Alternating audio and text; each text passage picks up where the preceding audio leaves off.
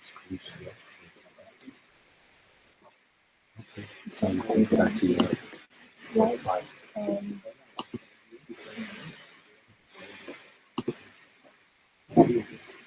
Okay. Okay, good evening, everyone. Welcome to the Tensorflow session of this deep learning seminar. So for today, we will be discussing some of the basic ideas behind TensorFlow, which is basically a tool for quickly programming and deploying deep learning architecture and executing. So this is the outline of today's presentation. I will be giving the introduction, then the comparison between TensorFlow and other toolkits will be given by my colleague Luis. Then we go into some basic concepts on TensorFlow, which is variable, sessions, concept, graph model, because programming in TensorFlow is a little bit different than the conventionally used to do with other languages. So this will be presented by Joel. Then we will go with some hand-on examples, executing some examples of training neural networks with TensorFlow. This will be done by Kristin.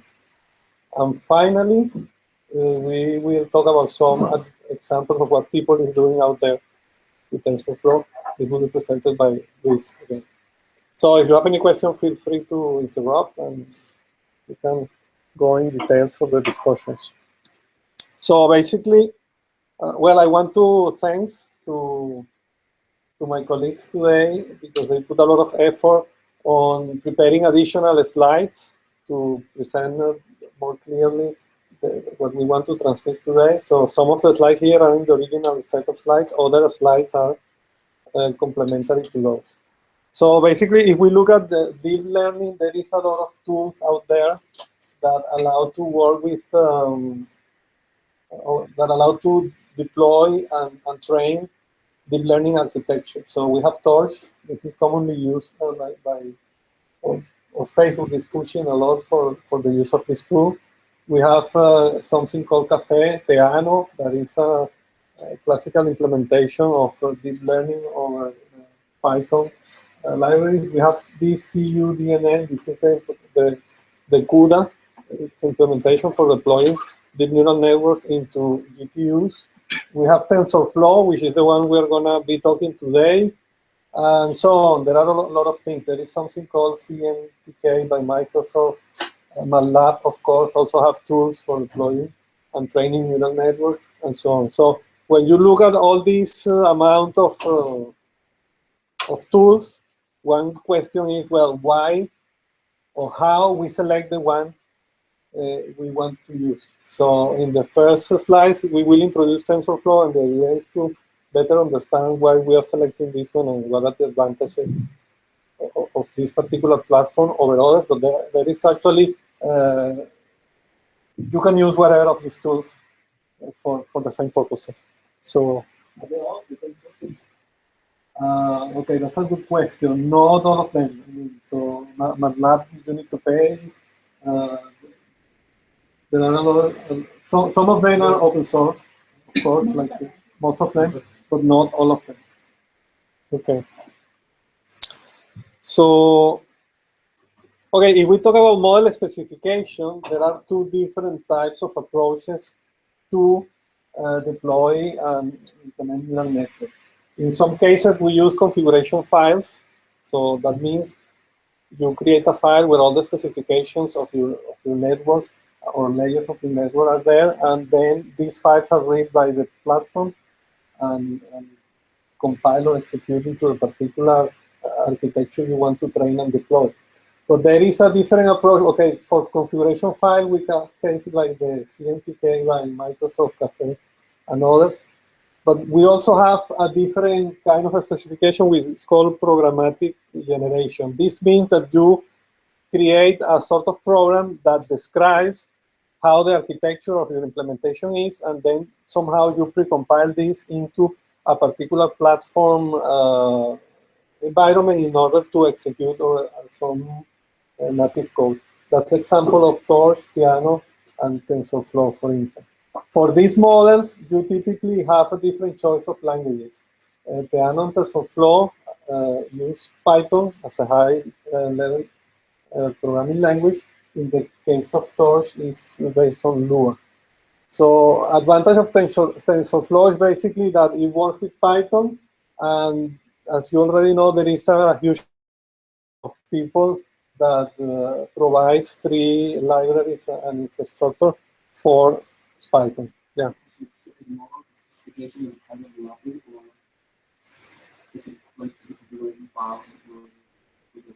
No, these are paradigms. How you, because when you want to deploy a neural network, you need to describe the architecture of the network, right? So how you describe this architecture of the network in order to feed it into the system or the platform? These are the two main approaches, and it's also a way of describing your specific implementation. Okay, TensorFlow is, if we want to define it, is an interface for expressing machine learning algorithms and an implementation for executing those algorithms. It's very similar to Theano. Actually, my understanding is the same people that originally developed Theano were involved in the development of TensorFlow. So there are a lot of similarities across them, but if we talk about TensorFlow, has better support for distributed systems because this is supported by Google, basically. Theano is an academic project. So TensorFlow provides primitives for defining functions and therefore automatically computing the derivatives, similar to Earth systems. And it's a framework that allows you to compile into a native code. Let's say you want to run your application into CPU or GPU cluster, inclusive Android or iOS platforms are supported by Theano. So basically, the idea is to reduce the development time, because the main question is, well, as you're gonna see later, most of the things you can directly implement in Python, for instance. Okay, you know this NumPy library that actually provides with some functions and some tools that allow you to do tensor multiplications and operations. So what is the difference of using a platform like this or going directly to develop the applications in Python? Well, there is a lot of steps that you economize when you use this particular platform, because it will allow you to do things faster. But there is also an advantage. When you execute a program from a high-level language, it will call libraries that are fast because they are based on C++ or execute natively on the system, and they will be running faster. But then you come back in platform, which is slow. So you will be doing callings to low-level functions and coming back to your Python script several times. In the case of TensorFlow, what you do is you practically pre-program all your architecture and all the functions you want to implement in this particular architecture and how to train it and all that you want to do on it, and it will compile a low-level code that will execute from the beginning to the end on the native architecture. So any questions so far?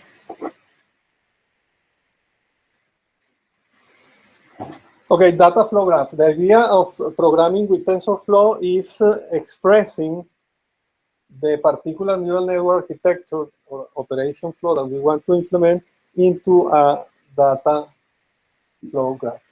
So in this data flow graph, basically the nodes represent operations and the arcs or the links in the data flow graph represents data that we are transferring from one point to another. So probably at this point, I would like to make some examples here to illustrate the point. So let's say we want to implement a simple classifier that we have some inputs. Let's say this is an input vector, X, okay? And we have different processing units, let's say this dimensionality of this is, we have k elements in this input vector, right? So let's say we have a processing unit that is a standard neuron. So you have a summation here. Then you have the weights. Weights, k. So all these values are multiplied by those factors. Then all that is summed. You have several units like this. Okay, let's say you have n units. If you want to train a classifier for n different categories, you need n units to there.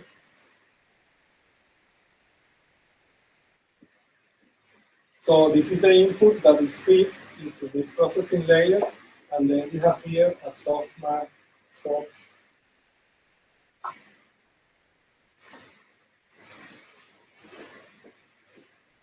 layer that basically, you know, it does some normalization, so convert these outputs into a probability distribution output, right? And then in the output, what you get is another vector. In this case, the size of this vector is n, the number of categories you want to classify.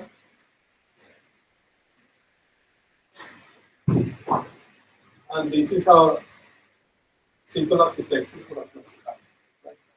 So we want to implement this, or we want to represent this as a data flow graph. So what we need to do, we need to understand the operations. So we can look at all the weights in this input layer as a matrix, right? So let's say we represent a matrix. So for the first unit here, this is unit 1, all the weights for that unit are there, right? Similar for unit 2, and so on until unit 2. So this is a matrix that has n columns, sorry, n rows, the number of categories, and 8 columns, that's the number of fields. So this will be multiplied by a vector, which is called vector x. Okay?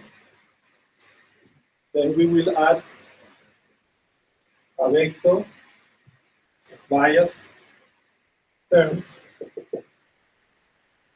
because each of those units has a bias term. From the previous session. And after doing this matrix multiplication and vector addition, we apply the softmax normalization. And this will give us the output vector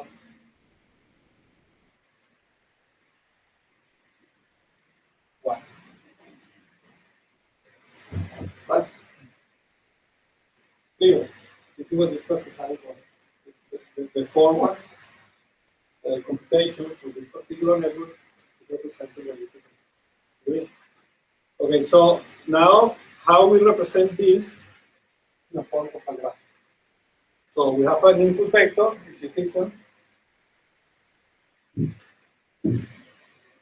that goes to a node that implements a multiplication.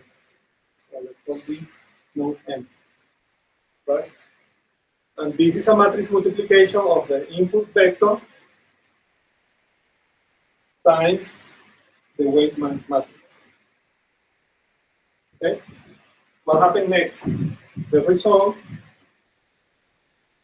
has to be added. So this is a summation node. Has to be added with the bias terms. This is another vector. And then this output will go to another node that will perform the softmax normalization. Okay? This is softmax. And the output of that is the probability distribution of the different categories of classifiers. Okay, so this is what we're going to be learning later, how to write this particular structure by using TensorFlow. And this is only the forward computation. If you want to train this, we need another node here, right? To compare the output of the classifier with cookie. We're doing supervised learning. We compare this to the label. Okay, so we should have a label vector. We compute the error, so this can be an error computation node.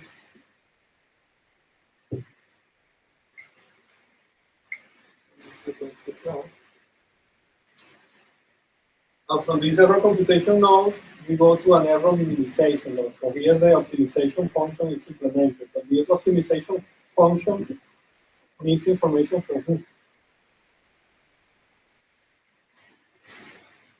How we optimize an error.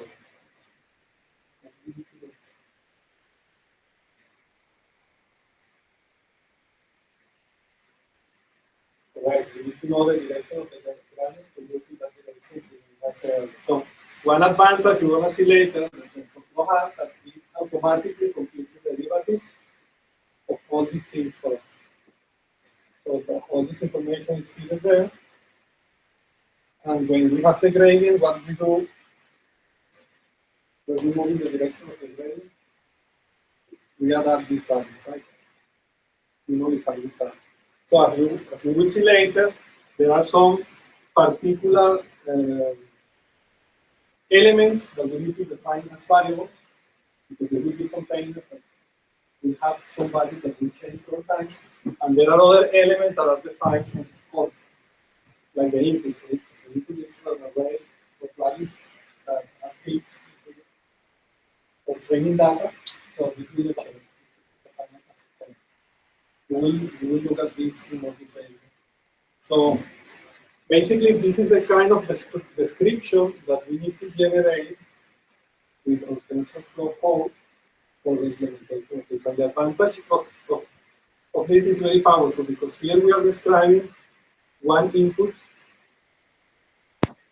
against one output. So actually, we have a matrix of inputs. Right? We have a lot of input samples, and we will have a lot of output samples.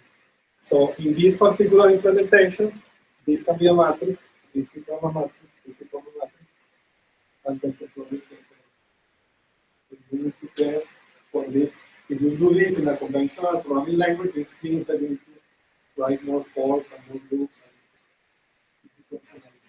So with TensorFlow, it will take care of everything. You only need to describe in the form of a data flow graph how your system can be. Any question up to here? Okay, so let's continue.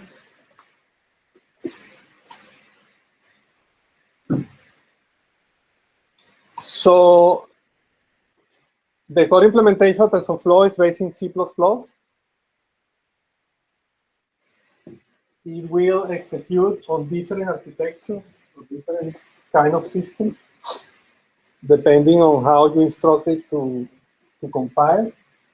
But at the higher level, you can have a Python front end or a C++ front end in order to do the programming and the reporting. Because this is another thing, when TensorFlow is executing, it will generate some log files that if you want to see the progress of your task, your training or whatever, the Python code can read these log files and present some information for you. So it's portable, it's scalable, you can run it in your laptop, data center, in mobile phones. I don't know how much you can do in a mobile phone, but certainly you can execute TensorFlow code there or Raspberry Pi. Supported for Raspberry Pi? Okay. So I think this finished the introduction. Now Luis is going to talk to you a little bit more on how TensorFlow compares to the other solutions that are available out there. Thank you. So the idea of this slide probably is will be fussy to show, but I will mention what is relevant from there. Is to compare TensorFlow against other toolkits. It's not a huge comparison. Actually, this is a paper. It's simply here the reference of the paper. It's a recent paper because this is from February this year. And they compare different implementations of the same model, but on different toolkits. So let's say here, we compare Café, they compare against Neon, TensorFlow, Piano, and Torch. Basically, when we see the numbers of people involved from the development of these toolkits, we can see that Café has the higher number of people in Google Groups. It's a metric to say how much people really are involved on helping to deploy or to extend the capabilities of the toolkit. So Café has been for a lot of years, probably more than 8 years there. So they have more people working on this, especially from the image recognition community. But we see that Torch also has a high number, 1,800. Piano has 2,800, and TensorFlow has only 600 at the time of this paper. Others, like deep learning for JavaScript, this is for Java. Yeah, sorry. So basically, they have a implementation in Java, and there are other two learn that is C++, Neon that is also Python. So the numbers are very low in comparison with Piano, Café, and Torch. When we see the number of people contributing in GitHub, also the numbers are similar in proportion. Most of the people are in Café or Piano, less people in Torch, 77, and TensorFlow a little bit more. But the thing is that at this point, those are the numbers. But as Google is behind TensorFlow, they will be releasing more models, more tools, more capabilities, so more people will be using this TensorFlow. So these numbers will definitely change over time. And then here there is a comparison of what Café can do is C++, Neon is Python, TensorFlow runs on C++, although they have the wrapper for Python. Piano is basically Python, and Torch has this Lua. What is more important? Probably here we have support for GPUs, multi-threaded CPU. When you don't have a GPU, you can run on on a CPU with different threads, and the toolkit has to be able to handle all the threads, so you can get the results at the end. But in general, when you want to do very big experiments, you need a GPU, because this will reduce the times at least in a factor of 10. Okay. And there is also support from NVIDIA for most of these toolkits, except for this Neon. And also the gradient computation, basically all of them has the same capability. So at least in general terms, most of them looks the same. Probably you could be more interested in one toolkit or another based on your programming language, your favorite programming language. So if you are more familiar with C++, then most probably you will want to work for Café. But if you are more familiar with Piano, with Python, then you can go for TensorFlow or Python. And for Torch, you need to learn Lua. That is probably not so difficult to learn, but not many people are used to that language.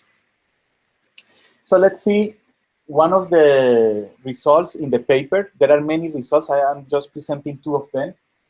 This is a speed comparison between using Café, Neon, TensorFlow, Piano, or Torch, changing the number of elements in the batch size. You know that we process in batches for optimizing the time and the speed.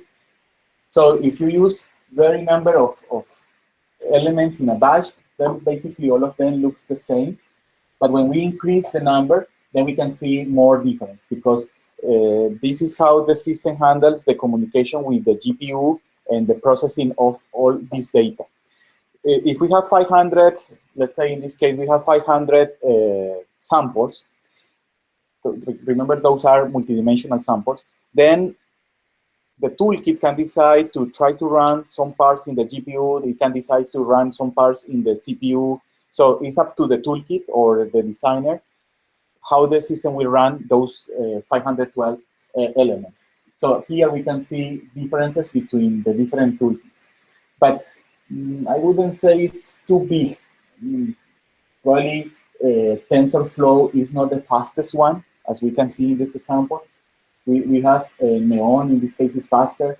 Café is not so bad. Torch is faster. But why people prefer to use TensorFlow, we will see later. But you can imagine that in general, it's because of who is behind TensorFlow. In this case, this is very important also to mention because this comparison has to be fair. And it's not completely fair because for some of the toolkits, like at TensorFlow, they were using CUDA version 2, but for the others, they were using CUDA version 3. So that could be also, that could be introduced a difference in the results. Because as you know, CUDA, that is released by NVIDIA, they will optimize the algorithms on different GPUs. So they were using the same GPU for all these experiments, but depending on the toolkit or the version of the toolkit, then you can have more optimizations than others.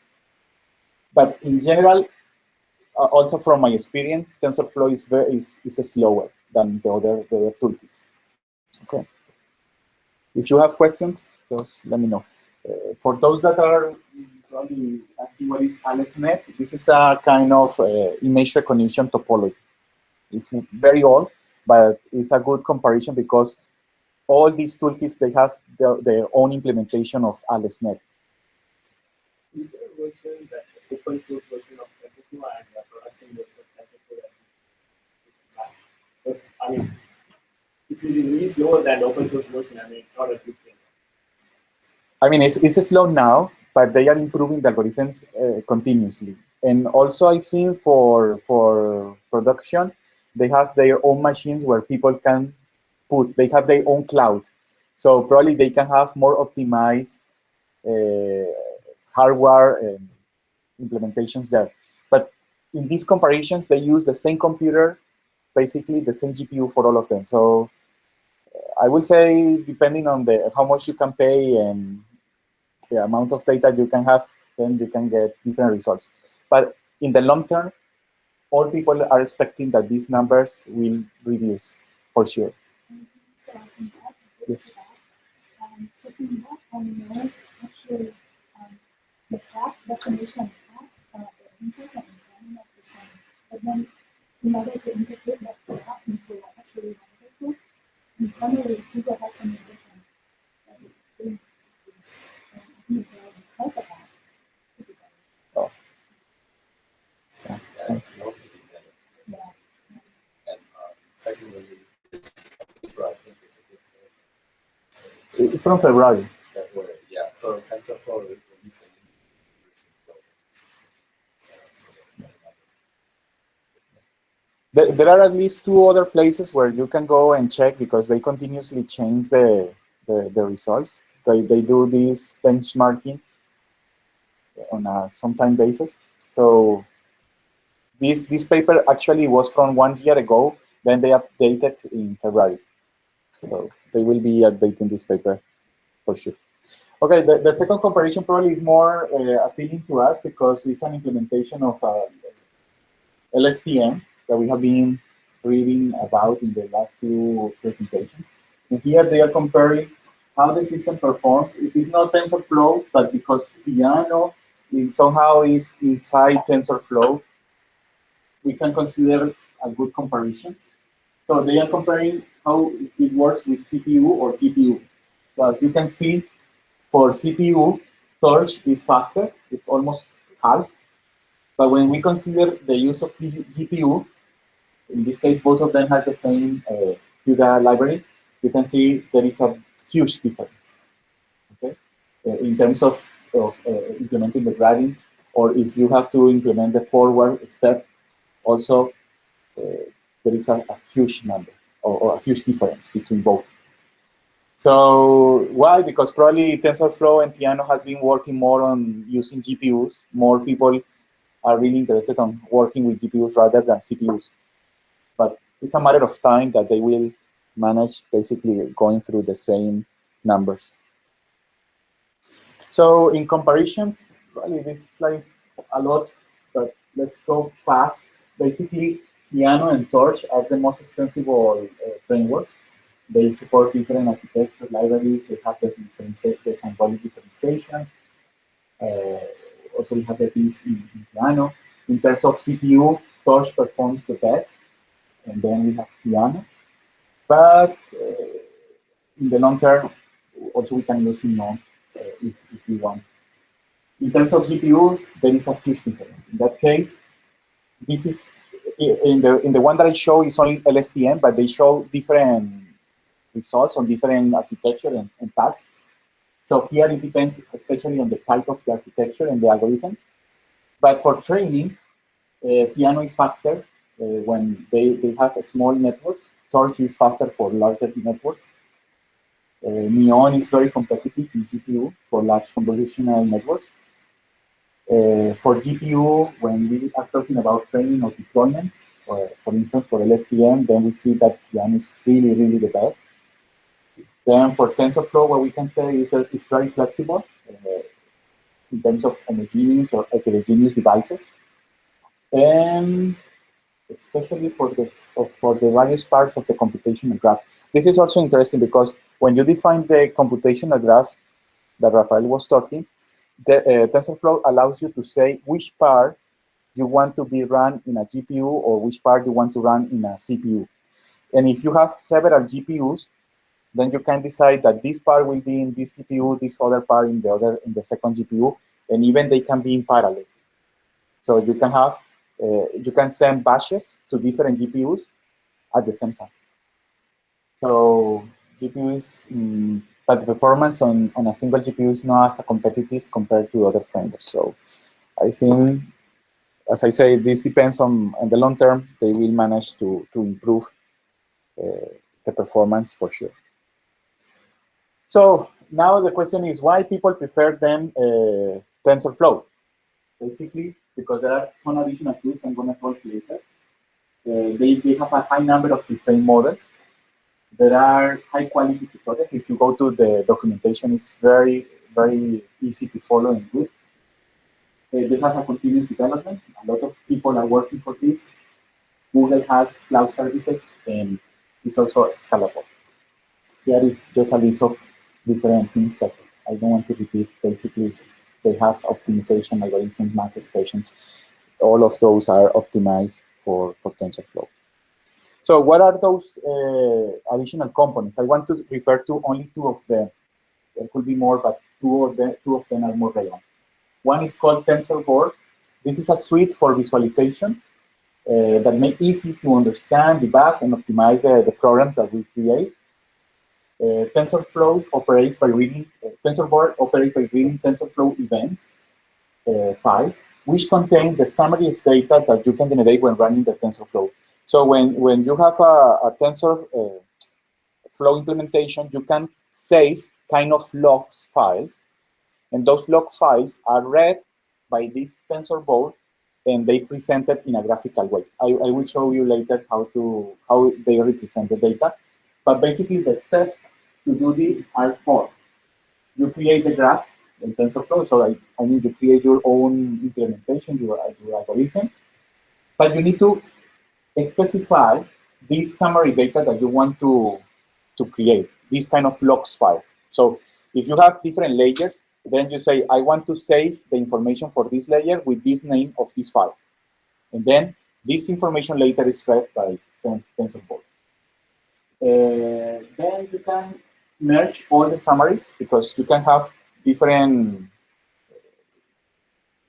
you can handle the different information in a different way, but they suggest you to just put all of them together so it is easier for you to have access to the whole information in TensorBoard. but you can have different levels or different information in different files, and then controlling them in different ways. But they don't recommend it. And how do you write the data? Basically, it's a call to this function. So you define the summary, but when you are in the process of training, then, or develop, testing, you decide to write in a file. Then, when you call TensorBoard from the command line, you specify the log here, the place where all this information is saved. So every time you call this summary writer, you need to specify the path and the variables that you are saving. Okay? And later you go to the browser, to this address, and then you can see what the system is doing. So let's see an example. It's static, but it shows you basically here you have different, you can have different layers or different things, and you put a name for those different layers, a name that you can understand. In this case, they call it mean, they call it mass, and you can see the different values depending on the different times or batches. And then you can see how the different networks or layers perform. You can go with the cursor, you can go and see the actual values, the time, or whatever. So it's very useful. It's especially useful for detecting problems. When you see that the algorithm is not converging, or when you see that the algorithm is having a lot of problems with the gradient descent, then you can say, okay, probably I need to adjust the alpha weight, or I need to adjust the learning rate. I need to adjust the number of the number of layers, or the number of neurons in each layer. And so the last component is called TF Slim, TensorFlow Slim. Basically, this is a new component that was released maybe 1 year ago, but people has been really using this for at least 6 months. And basically, this TF Slim is a library, it's a lightweight library for defining, training, and evaluating the models in TensorFlow, but on a high level. That means that we can define complex networks quickly and consistently, while keeping model architecture more transparent, more and its parameters very explicit. What are the advantages of this TF Slim? Basically, it allows you to define models, eliminating boilerplate code. So when you go to the TensorFlow, you have to specify layer by layer by layer by layer. Here, basically, they can combine in one single line more code that you have in TensorFlow to define by yourself. So it's a kind of high-level implementation of TensorFlow. But it's over TensorFlow. I mean, it's not different. It's just some high-level libraries. I think I will skip this part, but basically what it says is that this will increase reliability, maintainability, also reduce errors, because we don't copy and paste the same thing several times, and we copy and paste, and we forgot, let's say we forgot to change the name of the layer, and both of them have the same name. So that's a nightmare, because you don't know what is happening, but suddenly it's not working. Here, automatically, internally, the system calls the different layers with different names. So you say, I need this, and then it creates all the layers internally with a given name, so you don't need to worry about that. And this makes the development models commonly use loss functions, so you don't need to create your own loss functions, because they provide a lot that most people use. And this will also help to build new networks on top of existing ones. So you just need to fine-tune pre-training models.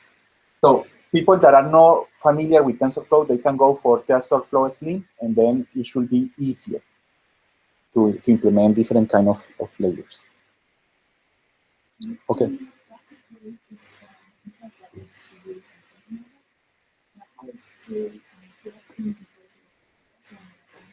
In comparison with Keras, I'm more familiar with Keras. I will say it's kind of similar. No, I mean, this TF-SLIN is very new, so they will be improving over time. But I prefer Keras somehow. Yeah? So my preference, at least. But I think it's because it's very new, and when you are used to something, then changing to a new one probably could be also more difficult. But in the long term, people say that this will be very useful for modifying the Model 6. Okay, so if any question? Okay, if not, then I give pass to my colleague, Joel. He will explain now more details about TensorFlow, how to define things. Okay, so we'll now move into the basics of TensorFlow. But before we do that, let's start with a very basic. Let's start with what's a tensor. Okay, so tensors, you can view them as n-dimensional arrays. So a rank 0 tensor would just be a scalar. A rank 1 tensor would be a vector. A rank 2 tensor would be a matrix, and so on. So like typically, if you want like above 2, then you can implement it as a multi-dimensional array. But it'll be very troublesome. So so basically, right, deep learning consists of a sequence of tensor operations, which TensorFlow allows you to implement more easily. Okay, so everything in TensorFlow uses graphs. Okay, so why graphs? Because graphs as a data structure is one of the more general data structures which allow backpropagation and other features. So in this case, this example over here, the nodes of this graph would be the operations, and the edges would be the tensors, which flow from the flow. That's the name TensorFlow. Yeah. So what's happening over here is we have x, w, and y, the weight, as well as the input variable, and the bias is over there, but it's not used yet. So we create a placeholder x and the weight w. Okay. So what is this placeholder and what is this variable that we're talking about? Okay. So they are both constructors. It's a way for you to hold data in TensorFlow. But what makes them different is that a variable is once defined cannot be changed, whereas a placeholder it is just like it can be manipulated after if you decide to change it. So typically for input, right, you use a placeholder as opposed to a variable. Yeah. So the next thing I will mention is the name right over there. So notice that W, the weight, has a name attached to it. So you may be wondering perhaps why. So for W, right, the name on the right hand side, right, is of a different scope of the W variable defined in Python. So the W and the name are in two separate scopes. So they are not aware that each other exists. But if you call something like, let's say, w.name, right, it will still tell you that the name is W. Yeah. Okay. So then after that, y is just doing a matrix multiplication of x and w, as shown in the graph over there. Yeah. Okay, so in order to deploy this graph, right, onto perhaps a CPU or a GPU, right, you need to initiate a session. If not, there will be nothing run. So up to this point, there's nothing has been run. So we'll first initiate a session, and then after that, feed everything into a session.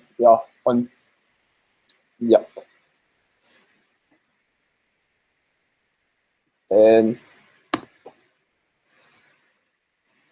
for this case, right, what we've done is we have a calculated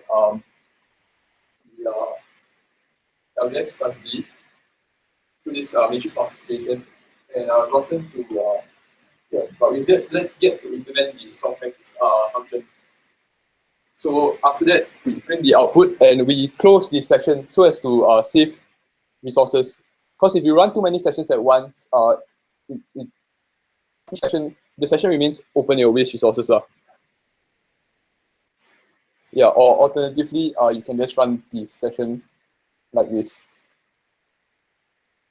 Yeah, so now we move on to feeds and fetches. So feeds are a way for you to give the graph data in batches, as mentioned just now. So in this case, right, you feed the data into whatever data you want into the session. Yeah, after initializing everything. And then you can fetch the data out whenever you want from any particular unit. So this will be how you implement a loss function in TensorFlow. So over here, you can just simply use the optimizers that have been given. So that makes it a lot simpler as opposed to writing the whole thing out. Because if you suddenly want to change to perhaps like other gradient optimizer or some other optimizer, everything is defined very nicely for you. You just need to change gradient descent optimizer into whatever you want. Yeah.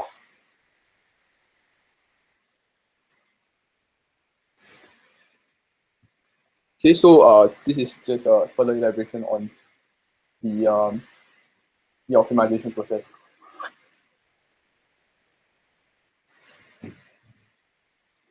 Yeah, so in this case, this would be how you would implement the softmax layer. So you can just, after calculating the logic, you can just write one line of code and get the softmax, implement the softmax layer. Just like that. So, yeah, and that actually does everything for you in one line of code. So, yeah. So as mentioned just now by Luis, in the past they used to do it by configuration files. So this could end up being potentially very troublesome because in some cases the configuration files will be really, really long because you couldn't implement things like that you would normally do in a formal programming structure like a for loop or whatever. So in certain instances, the configuration files would end up to be about more than hundreds or up to 700 lines long. So with TensorFlow, right, what you can actually do is just implement a simple for loop, which will reduce all that into just few lines. Yeah. So are there any questions so far? In case you're wondering what RELU stands for, it's a restricted linear unit. Yeah, so it's basically a neuron. Yeah, rectified, sorry.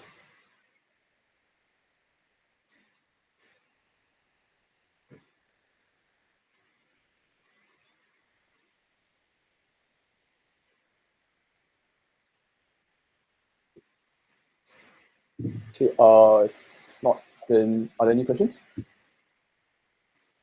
Okay, then we'll move on. I'll pass on to Kristin to carry on with some hands-on examples.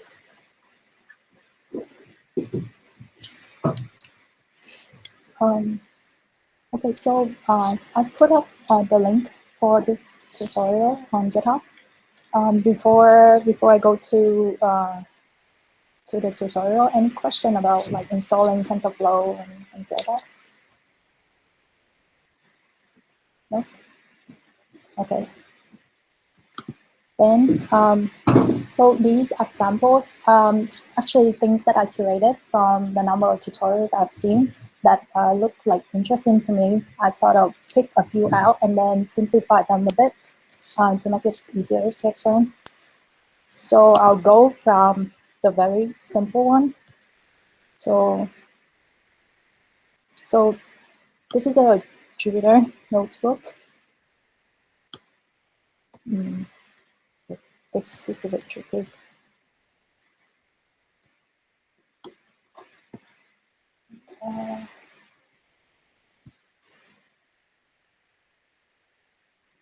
I guess there should be a place to close this. Okay. So the first one, typical hello world. I put it in here just to like, this is some simple code for you to see whether you have installed TensorFlow correctly and then you can get it running or not. So basically just import the library, create a constant tensor with the hello TensorFlow text in there, and then create a session and then run. And when you say run, with a tensor in there, which means you want to evaluate that TensorFlow object, and it will return to you the tensor value. So if you were to run this, and if you install things correctly, it's going to give you like a TensorFlow. Feel free to stop me anytime if you have any questions.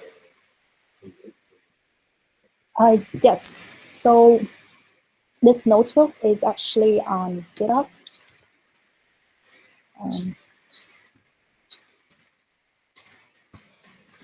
Oh yeah, let me go through this repo a bit so that it's, so for you, for those who haven't installed this, so this is the link to the note. So it's on the Slack channel as well. In here, I put up the requirements, which are things you need to install to run these notebooks.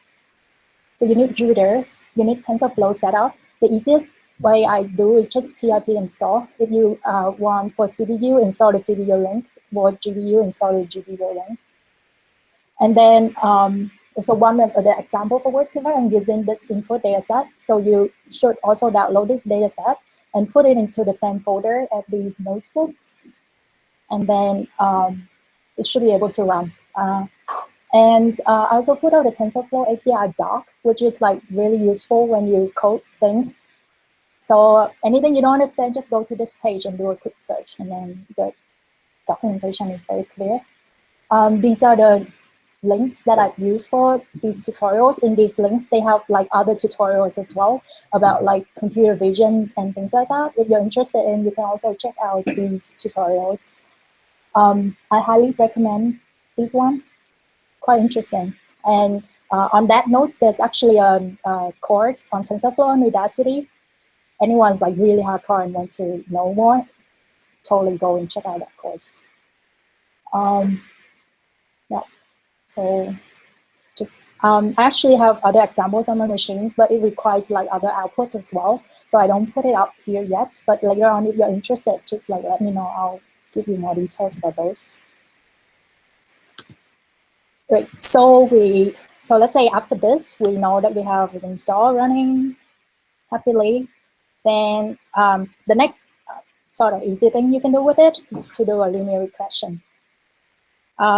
So normally I think about writing a machine learning program. I divide it into 3 parts like this, and especially for TensorFlow, there are 4 parts. So the first part is like how to get your input. For ease, I simulated, but you can also like read the input. Normally you would like read an input from some files or something. Second is to define your model. For TensorFlow, the normal way to do it is you define the graph, and then you define the session to run the graph. So I have like session 2, which is 2.1, is to define the TensorFlow graph itself. And then 2.2 is, okay, I don't, so I should have another 2.2 actually like here. This cell is to say, now I want to create a section and then run this graph. And then finally would be like to inspect your result to see if you get it correctly or not. So which is the third part. So I'll go through each of them in details, because I think if you understand this clearly, this should be the fundamental, and then you should be able to do more complex stuff later. So input simulation in here, this is very simple. So let's say you have, I want to say simulate it so that I can do like linear regression on it later. So x and y, and here y would be the function of x, like in this 0.1 and 0.3. So basically 0.1 would be your weight and 0.3 would be your bias. And these are the 2 numbers that you want to predict when you do linear regression, right? Here I like simulate it first. So first I just like do a random generation of x, and then there's this noise component which is like generated by a normal distribution here, and then just create this.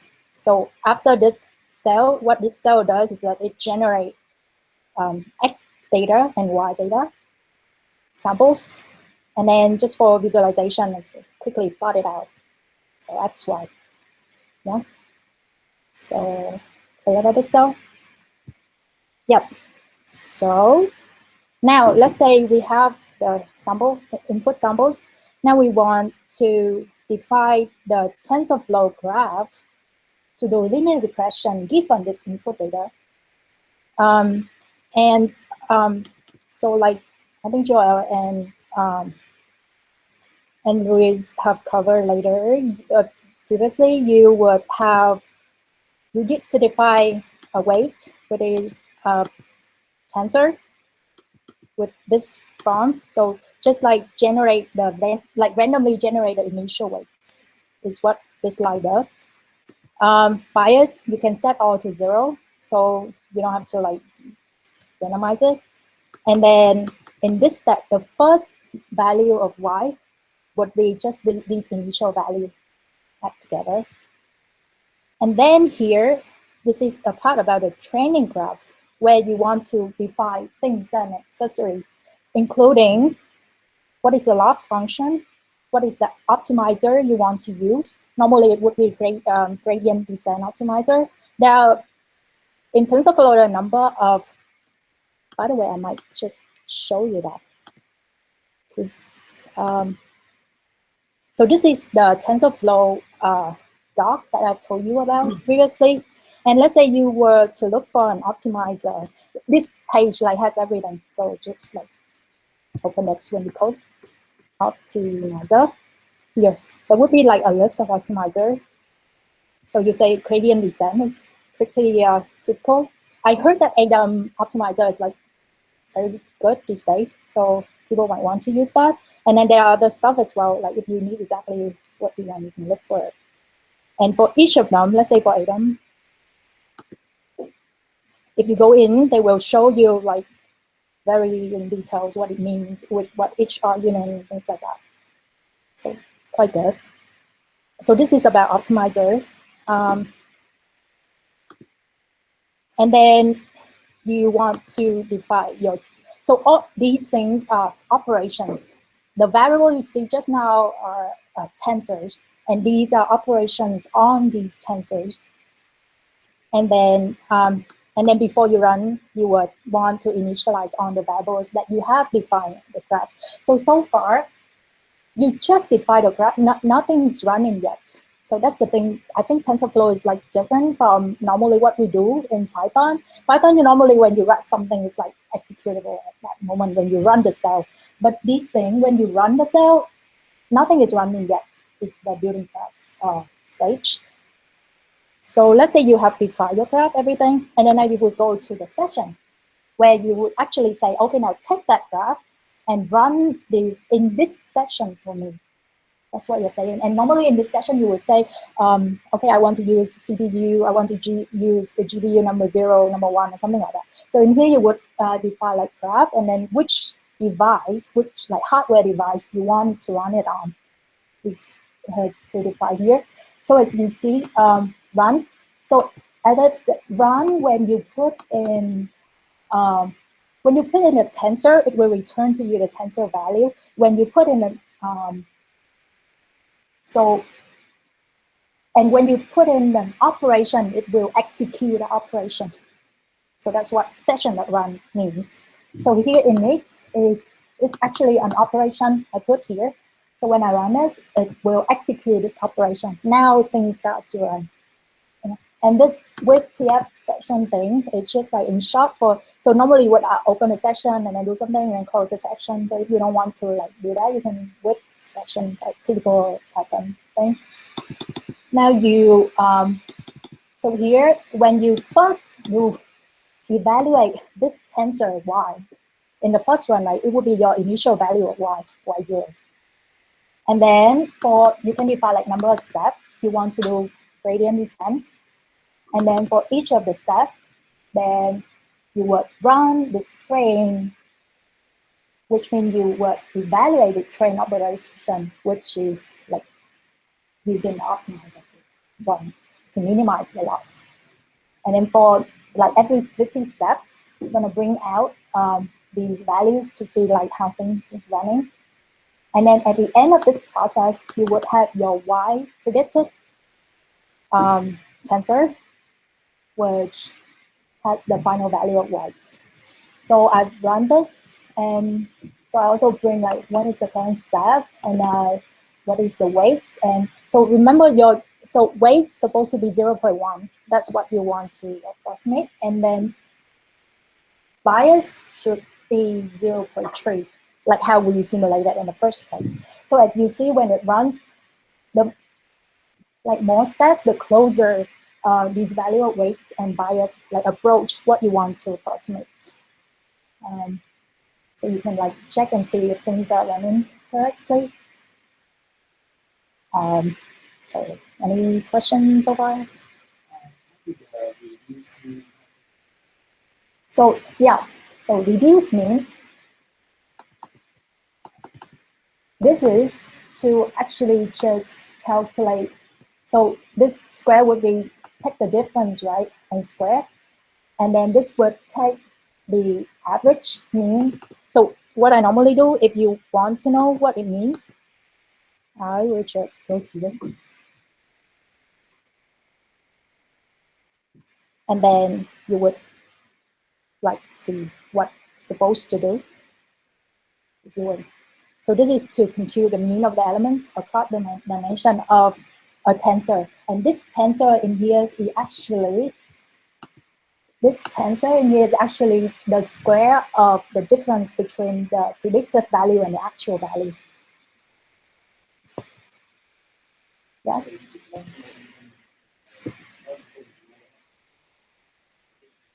Yes, yes. I don't have it in here, but I think I have it in another example. Let me see if I can find that. Okay, so you can do things like this, where, yeah, and then GPU 0. So that's the beauty of it, right? I mean, just replace that, and then now you have it running on GPU or a GPU cluster, which is pretty awesome in my opinion. Yeah.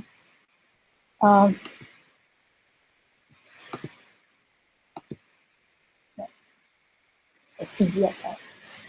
And then anything else about these cells?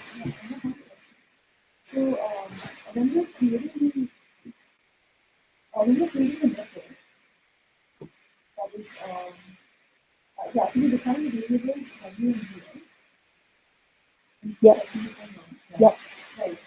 Right. So one of the inputs to create that random uniform is the shape, right? One of the input to Is that supposed to be the dimension of the tensor? Oh yeah. So yes. So I put a comment here for that.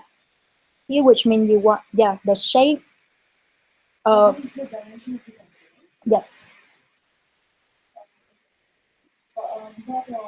This is confused the shape because they have to use the definition there what they call the round. Actually, the number of dimensions. But the shape is a description of how the arrangement is functioning in many variables. So for a number, That's a number of variables. yeah, because this is a linear arrangement only with one value. Exactly. So that should be 0 if it was dimension, it should be in the sense that because it's a scalar, right? Yeah, it's a scalar. So So the shape is telling you that it's only one value. only one value. Yeah. So this is actually the input to random uniform, and so you can see the so this shape is the shape of the output tensor. Yeah. Does that answer your question yet? Yeah, that answers my question. But what would be the shape of, let's say, so if we have to output a vector of, let's say, 10 dimensions, as in of which has 10 values, so what would be the shape? The distribution could be 10, right? Yeah, maybe you have the chain brackets with the table. We need the answer. Yeah. How do you specify? I think I'm not sure, but I think this. the answer dimension? How do you specify whether it's a matrix or a vector? What shape of the besides I don't know.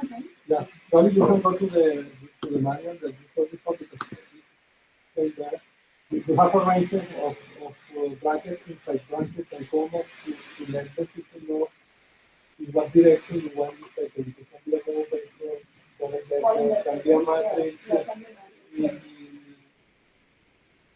in width, depth, Exactly. so all these you can specify with the shape and so let's say it's only one D intelligence.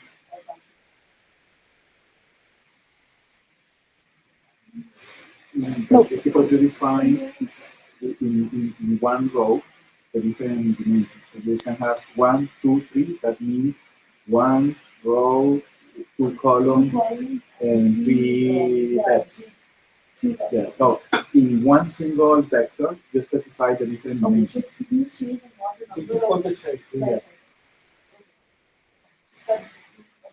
What they call the dimensions, they call the rank, which is not the rank of the matrix. It's the kind of the number of dimensionalities across this tensor. That would be the length of this particular argument.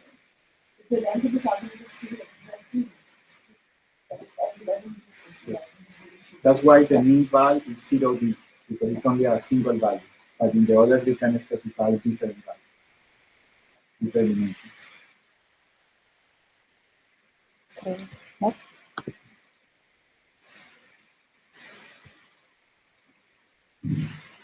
So, anything else? Okay, then let's say you have executed that, and at the end of this, all these steps, you would have your y predicted. And so here I have saved this y initial and then y predicted, so that I can like plot the result later to see how how the program did for linear regression.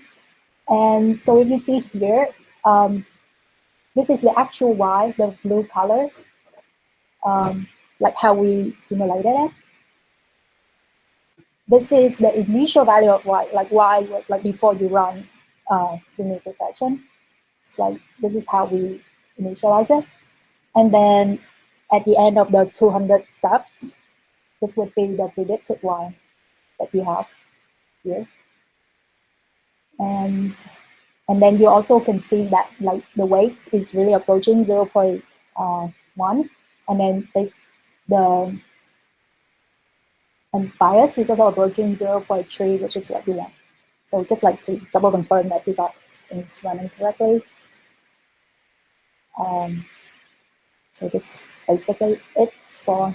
So just to summarize, in here I want to illustrate set the normal flow of writing a TensorFlow program, which has getting input and the 2 stages is like define a graph and then actually running a session. Yeah, so that's it for this. Oh, ta-da. Just matplotlib pyplot or pyplot, and then just like plot.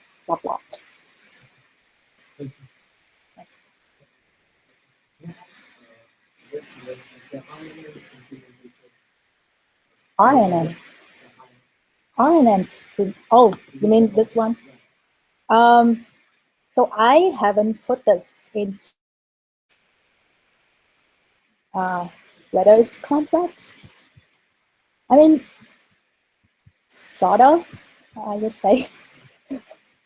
But then the thing is, okay, so practically speaking, right, you would want to use either Keras or TX Slim on top of TensorFlow to like, if you want to like define your own network structure, right? I would advise like go using these instead of here. It's more like, okay, if you want to control a low level thing, but for Keras, you could do something like this with like this much, yeah.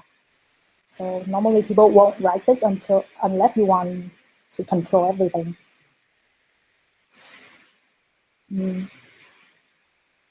Actually, the people that created Keras, initially they started with Fernando. So everything that you create in Keras was run inside Fernando. And now they moved to Tensorflow. So whatever you create, by default, will go as a TensorFlow graph. And you can use the TensorBoard, the TensorFlow, whatever you want, because they move. So about You can. Still you can choose, but by default, it's TensorFlow now. Oh. Before, but now they move in the new version. They move, and now everything is by default TensorFlow.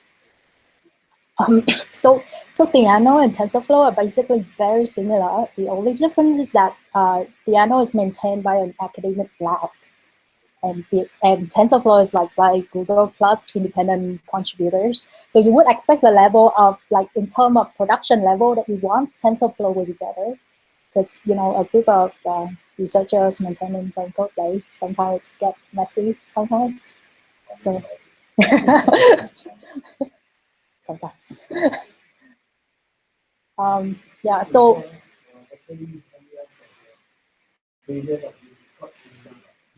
it's very similar. Between Canada's and section to deal with some matrix, some high level so it's actually quite good. All the first thing going on. So there's one. yes. So this thing is more like a distributed environment. Correct. That's my understanding. So you run it, and then it can go to different GPUs, different. Yeah, you need to set. Yeah. So when would a person want to use Singa instead of TensorFlow?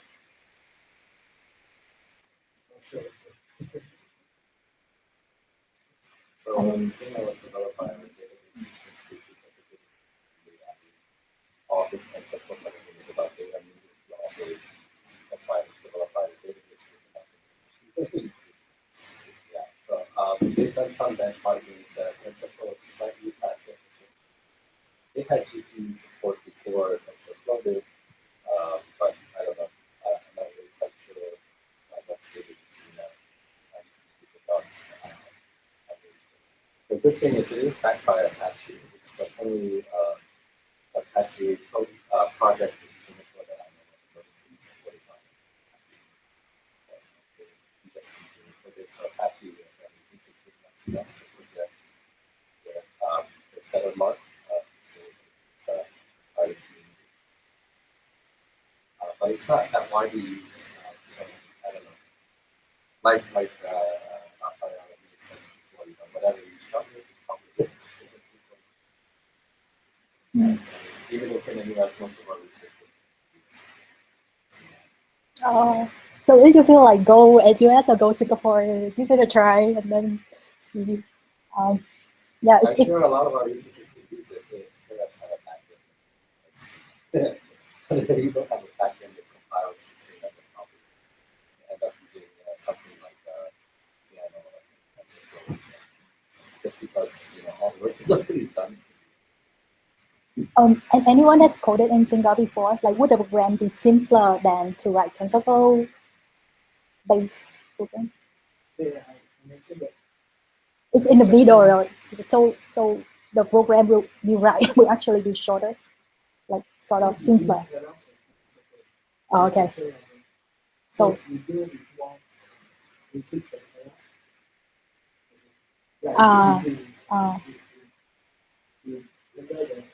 High level structure and the matrix. We see more matrix and class. but less matrices than TensorFlow. Based. Yeah. Okay. Yeah. There you go. So what I want to show next is actually this one, because I don't have this on the GitHub repo yet, external stuff, that I think it might confuse people a bit, but I find this, personally, I find this very interesting, so I would like to share with you in case you, and then by doing this, I want to share the TensorBoard stuff that Luis has mentioned just now to see like how you use TensorBoard, right? So the idea of this thing, this notebook, is actually to write a program to solve this Kaggle problem.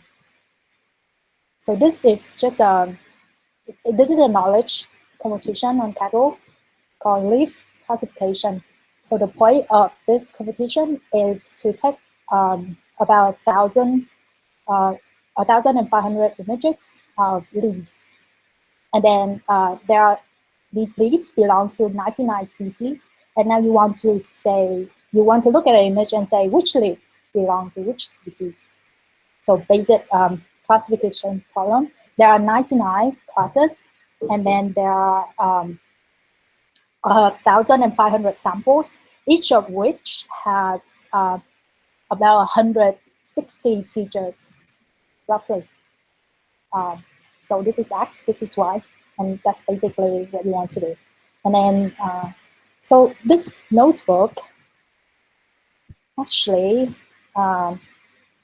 like, read in the images, and then, so this, all this part is about like reading the file, and then inspecting the features and things like that.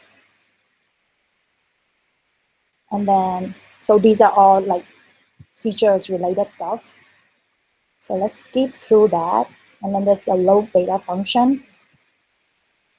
And then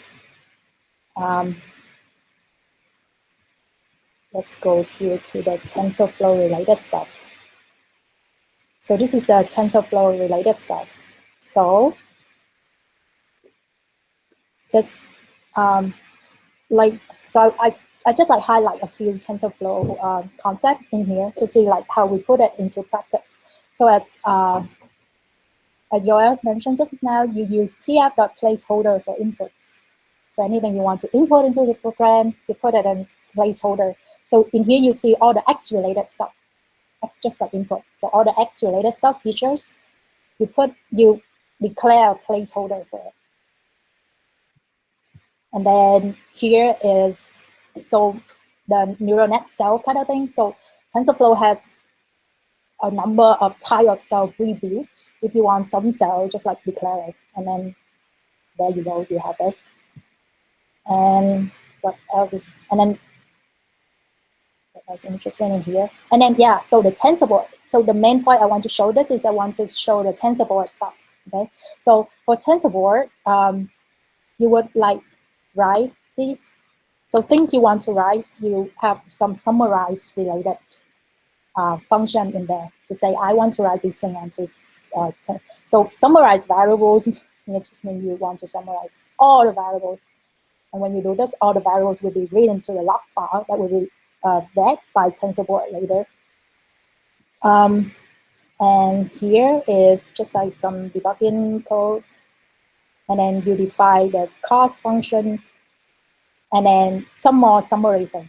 So here's like scalar summary. I want to like summarize these scalar. There's loss. You want to bring out loss and accuracy and things like that to see how do you do when you train. Like how is the loss curve? And then you, so after defining, just like typically just now, you will have a checks. Oh, here is also, I want to highlight the fee dictionary thing. So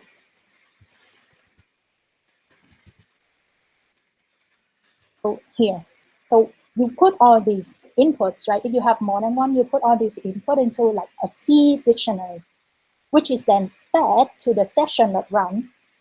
So this session taking these input and run. Just basically that. And then you're gonna run it.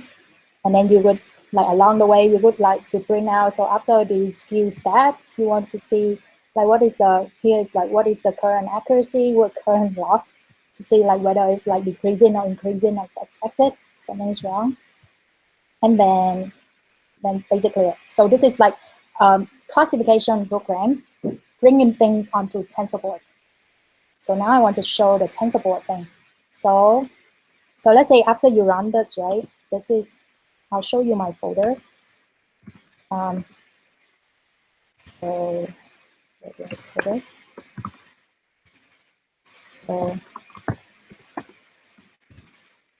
yeah. So here's the important things, right? And submission is the output file. After you run this program, it will create this folder TensorBoard. And then in here, it would have the log file for each of the run, and the folder is named by the timestamp, so that if you have different runs, it will create like different logs, and then TensorBoard can read all of that. And then so I did two runs for this one, and so how to call that is you actually go here and do TensorBoard. What did I type? You would call TensorBoard. This will come when you install TensorFlow. So this command will be there. TensorBoard log, just like John Luis mentioned just now, log here, TensorBoard. And then that's it. And then after you run this, there will be a server for running for TensorBoard. And just like Jupyter server, you would go to your web browser and here. And then you would go to this port, 6006. That's where you can like see the TensorBoard UI. So let's take a look at that, because I think this is pretty useful in practice. So I want to highlight the feature. So let's say if you go here and load the page from the beginning, right? So here will show you the two runs that I have in my log folder automatically. And then I would go to train and validation. Normally you have train and validation because in the program I printed these things out. I say summarize these variables, so let the scalar summary just there to print these out. And then the cool thing about this is that let's say you're running two different models, right? You write to two different logs files. You want to see what is the performance, internal accuracy or loss of these. You can, let's say I'm interested in validation accuracy, actually. Yeah, and you can go see. So one of the run is like this, and the other run is like this. And like I think like we showed just now, you can go to each of the point, and then you will see. You will see. Oh, these are the number of iterations. I think I have like 10,000, something like that. And then you will see at this iteration, what is the value and what is the time. So pretty useful, right? So from here, I know that this run would have a better model for me because the accuracy is like in general higher. And then from here, you can also see that, okay, it's the run like saturated at about time, this one. So maybe you don't want to run too long also. So this is events. Apparently you can like write images and audio as well and try that, so I'm not sure. So this is like one of the things interesting to me.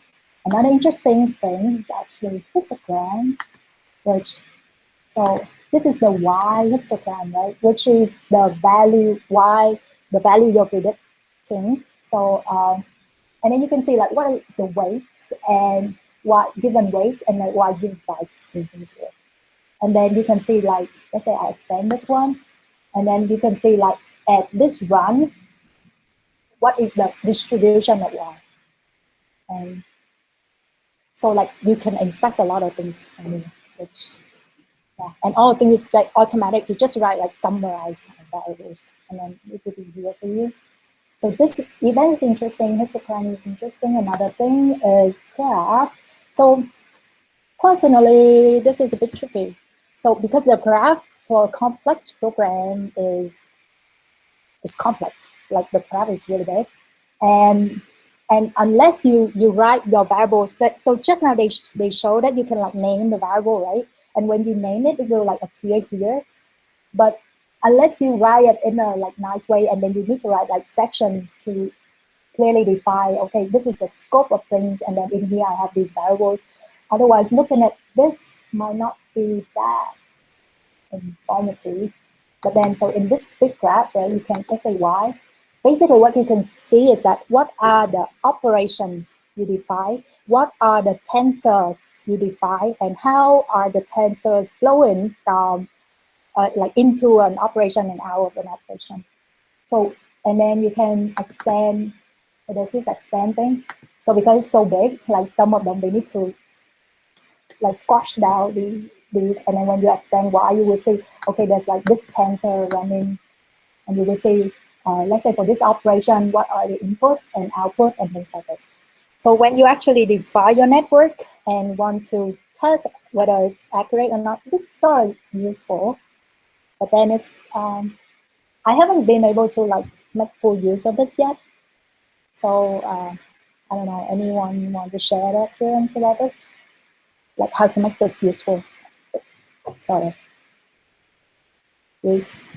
I mean, what I see is the people that really are involved from this, they can optimize some different parts of the graph. They see, okay, well, I need to redefine the graph or to redefine the operation so the graph is condensed, or they can just say, okay, this probably can be running faster in a GPU than in a CPU because of the complexity of the font of the algorithm. But I'm also no expert on that. So for me, it's very complex to see also the graph. But I know people that are really involved in this. They will find very useful this graph for optimization purposes. So yeah, that's what I want to show about TensorFlow.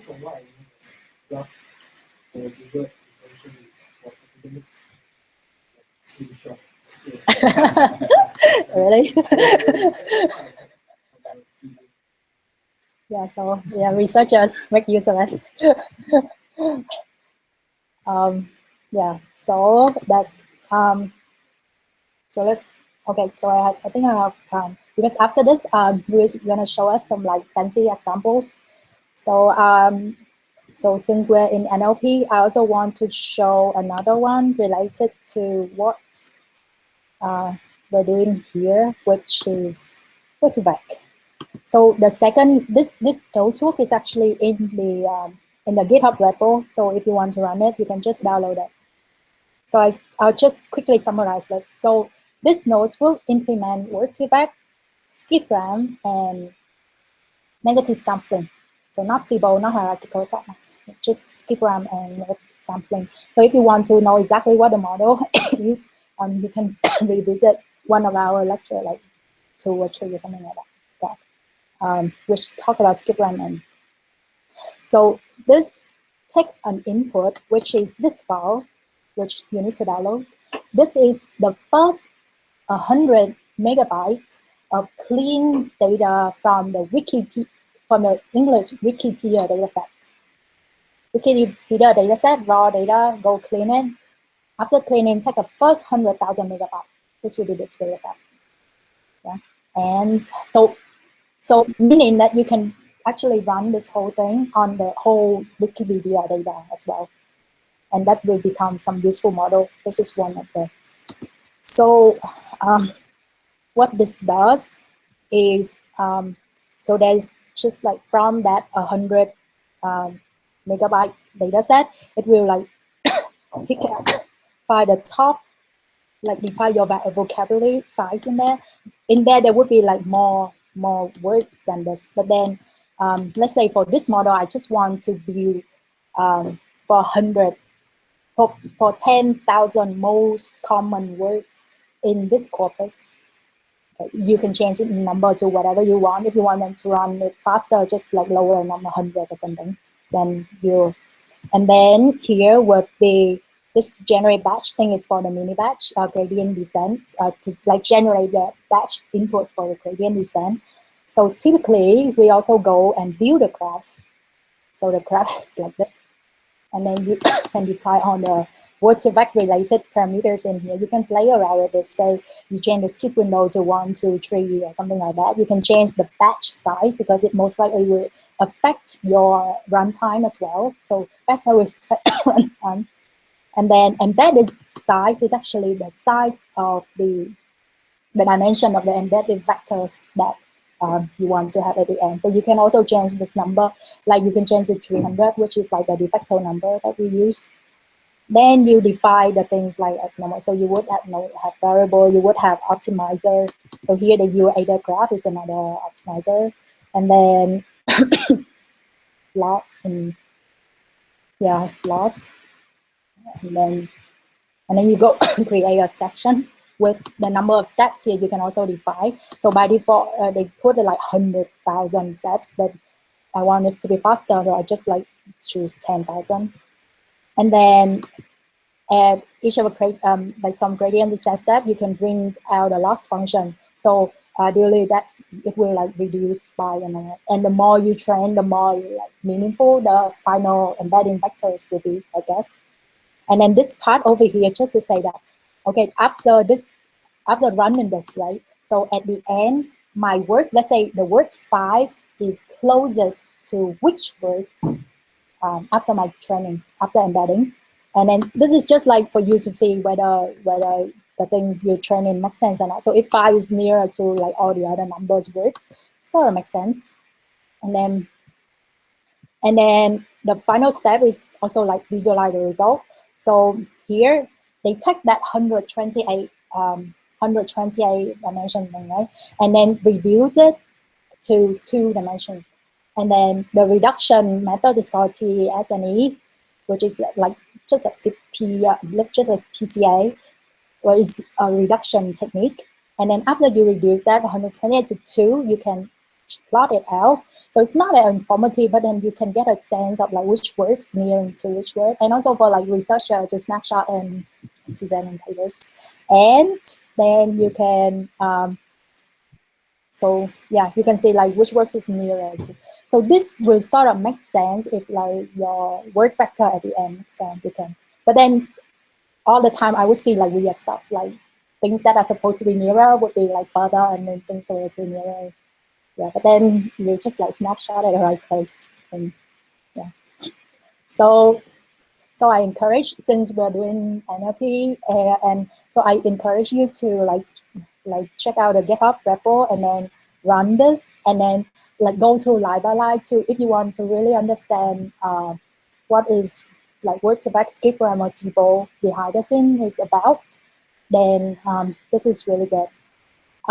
Another example I have is actually for, so word-to-vec, later on in the course, we're gonna do sequence to sequence, I think.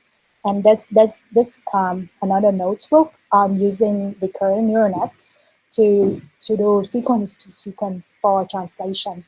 So this is also like worth noting notebook as well, given that we're in NLP here. So you can check it out. These are like sort of long. So I sort of want to go through this. Most fancy TensorFlow tutorials would be on computer visions and image processing and things like that. So these are the only two. These are like, I think so, only two that I found that is related to NLP. Actually, most of the other things will be like image and this, and then there's this deep dream thing, which like there's also a notebook where you want to run, like take an image, and then if you were to like overlay it with some, this is like on the news, if you really see it. So most of them are all computer visions. It's a bit tough to find things related to NLP actually. So in the context of this course, I would like to highly recommend you check out word2vec and RNN. And yeah, so basically these two notebooks. What else do I want? Oh, final thing I want to cover is this TensorFlow playground. This is very useful for you to play with neural net config. So some of you might have seen this before, but this is a web page written on JavaScript for you to play around with all the things that related to a basic neural net. So you can control data, like control the simulated data. You can control the features, like I want raw features or square or sine. You can control the number of neurons, and then you can control the number of hidden neurons. You can control the number of output neurons. You can control the number of hidden layers, and then you can control the activation function. You can control the learning rates, regular and problem classical regression, and then you will see for this particular type of network architecture, for this particular type of input, what is the output will be like. Like this is really useful, I think, if you want to play around with. And this is like the back TensorFlow and JavaScript front end. So I sort of really like this page. Another thing I would like to recommend is actually this. I'm not sure whether you have seen this, but this is also another JavaScript API for you to visualize word embedding. So this is very related to word-to-vec. Here you can control, so they give just like a very simple training data, and then you can control whether you want to train it. The input would be for continuous back of word or for skipgram, and then here it will visualize the neurons for you. And then the cool thing is, let's say I restart it, and then I can run for each of the input and output sample. It's gonna say okay, for like how is the neuron actually activated, and then I can run. This is like the training data in here, and then you can say like how many iterations you want to run it. Let's say I run for 500.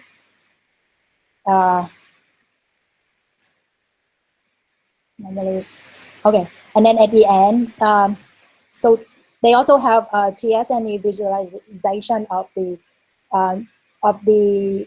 input and output embedding vectors. So I think the orange is input and the green is output, or the other way, I forgot.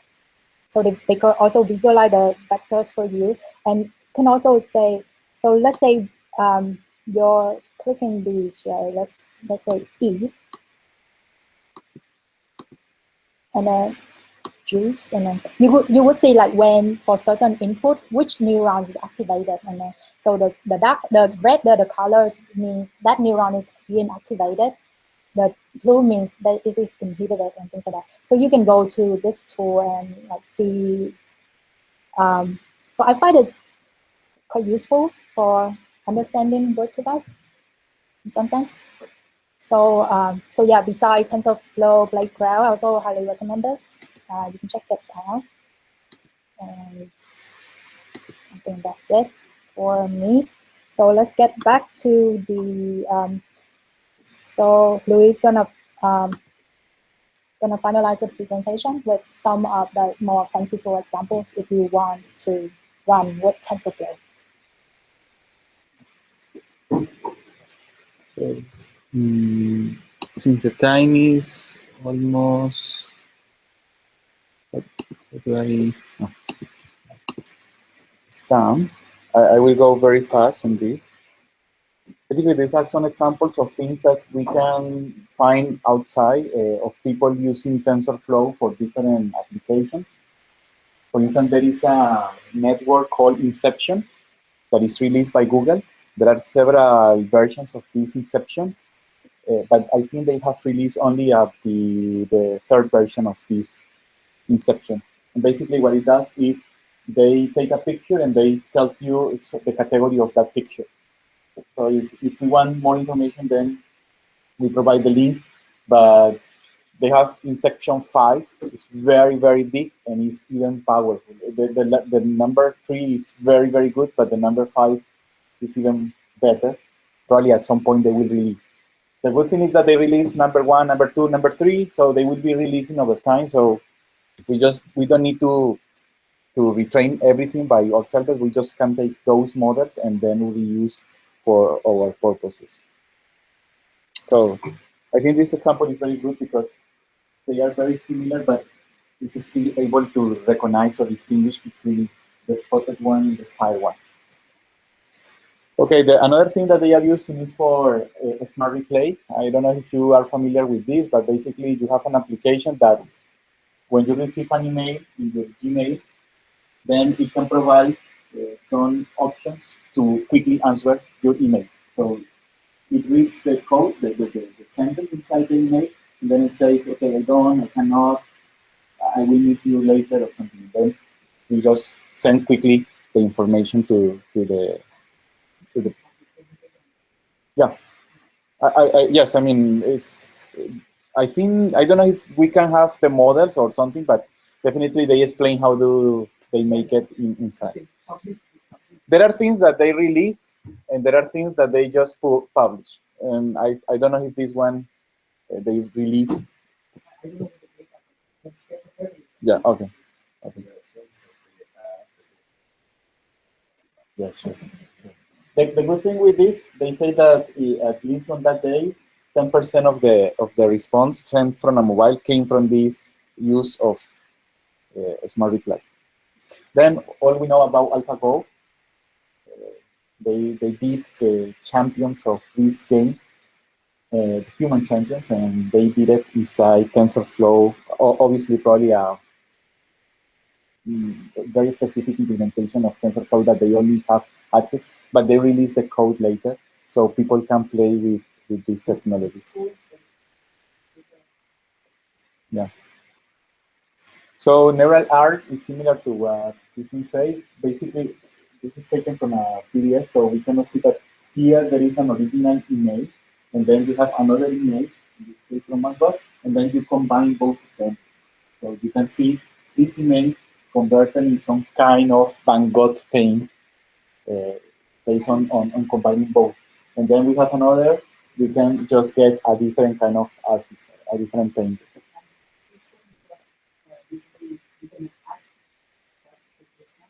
Sorry? Oh, okay. Okay, so here we have also the link, so it's in TensorFlow. Then we have also these people that they were playing games, and basically they allow the system to learn by themselves how to beat the humans. And this is based on reinforcement learning. It's a different approach, but basically the system starts with some weights, it adapts the policies, it adapts the weights, and finally is able to beat almost humans playing this game. It's a very old game, but I think they have moved to more complex games. And actually, the other day I read they were training these kind of Doom games. Yeah, so but this is scary, no? This is scary because in the game you kill people, no? So the machine is learning how to kill people inside and beating, and they are very good. So let's hope that they cannot make it this more successful, at least for us. Okay, this also is for reinforcement learning, but the code is you. And this is the show and tell. I think you mentioned it before. Basically, you have some images that you train on. So you have this data, label data, and some people say, okay, describe this image. And they say, okay, this is a cute little dog sitting in a hard ground on a sandy beach. Then this image, basically a dog walking next to a little dog on top of a beach. Another one. And then they say, okay, let's put an image that the system has never seen, and let's see what it creates. So it says, a dog is sitting on the beach next to a dog. Yes, actually it's there, a beach is there. So how the system creates that? Because it combines information from this, information from the background, information that this dog is near to the other. So at the end, the description is really, really good. And this image is processed by Inception version 3. So when in the previous show and tell, they use Inception version 2. Now when they move to Inception version 3, it provides better results. Also, the code is sorry? I don't know. I mean, I think so.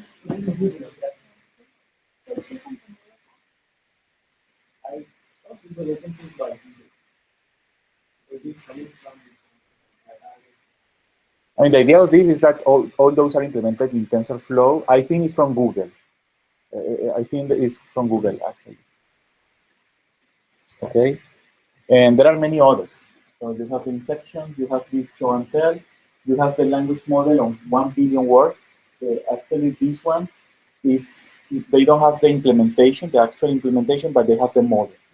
So you can download the model, and then you can do tasks of determining the probability of a language model, the complexity of language model. Syntax next is very also important for us because it's for parsing. So they can parse in different languages. This CFAR10, CFAR100 is for image. Then we have the sequence to sequence with attention model for test summarization. This is also available in its release. No. Okay, the high-level libraries, in this case, what we already mentioned, TensorFlow, Slim. We have for image compression with neural networks. There was a paper at least 2 months ago where they showed that they can improve or they can perform better than GP compression. So they can have an image, compress the image in a higher ratio than GP. And when you uncompress the image, still the information is there. So, and this is based on neural networks. You have autoencoders also. This Swivel, I don't remember now. But all of them are basically available, and most of them are for image processing. Okay. And actually, there is a new one for the speech, text-to-speech also, they release. So you can have a test, and then the system will provide you the text-to-speech for that. So the synthesis of that. Speech, that's the speech recognition, but a model from TensorFlow, I don't think so. Yeah, I haven't heard about. Maybe that's soon, but not yet. I think they use sequence model speech. I mean, the speech recognition is a very complex task, requires different steps. Actually, there are some words on end-to-end systems where you basically input the speech and automatically generates the words. So you don't need to have very complex data or a lot of data. They just provide that. But I don't think it's released yet. And I don't think soon because it could be very complex. And with this slide, we finish. It's just on a slide showing all the slides that we have used from different people to create these slides. We planned initially to use the original Stanford slides, but we thought that by doing this, we can have more discussion, more hand-ons, and some more information. So we want to give credit to all of the other slides that we use. And that's it.